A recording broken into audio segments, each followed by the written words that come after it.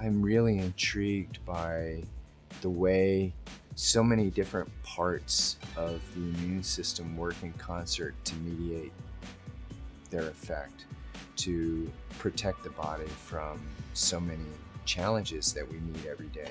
We're looking at genetic mechanisms of different traits that are contributing to the immune system. And so what we find, it's not going to be a direct cure for tomorrow, but it's helping to understand overall different facets of the immune system. Roughly a quarter of the human population will die due to infectious causes. That seems very surprising to us in America, given that we have clean water and good health care. But when we think about folks in other parts of the world where those things are not a given, perhaps it's not nearly as surprising that so many people will ultimately perish due to infectious disease. We work on an immune cell called a natural killer cell. And my primary interest is to understand how the natural killer cell recognizes and kills tumor cells and virus-infected cells. One of the most critical steps and where we spend most of our time is in data analysis.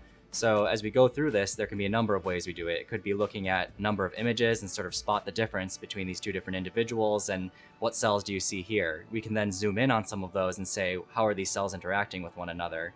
Another way that we can look at this is to use the flow cytometer. And this allows us to look at single cells, millions of cells at a time. And in a matter of minutes, we have tons of data in terms of what types of cells are present in an organ at any one given time.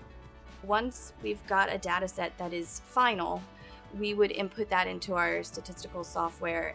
We were able to take over 100 different immune cell traits and couple that with over 600 different markers across the genome to really get a broad scale, large look at what's going on.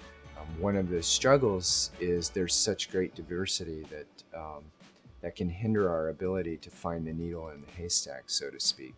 But that rich diversity at the same time is so intriguing to us because it can teach us about how the immune system responds and how it can recognize and control a virus infection.